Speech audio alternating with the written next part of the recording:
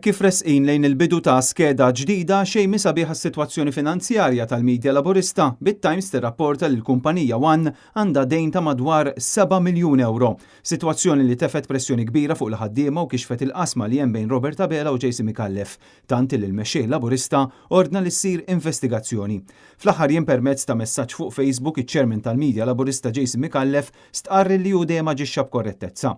F'messaġġ mhux daqstant sottili Jason Micallef fakkar kif għamel 7 snin segretarju ġenerali tal-Partit Laburista u wara 12 sena oħra jmexxi l-istazzjon tal-Labor u anke tul is-snin li għamel jokkupa kariki pubbliċi qatt ħadd ma akkużah b'iskorrettezza u insista li qatt ma stenna grazzi ta' dan kollu.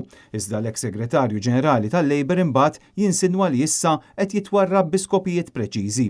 Micallef kiteb hekk: meta l-korrettezza tiġi minata l-skopijiet ulterjuri inkluż bħala tpattija u jintużaw mekkaniżmi u individwi dubjużi bil-provi, hemmhekk imbagħad inħoloq problema kbira li timmerita konfront.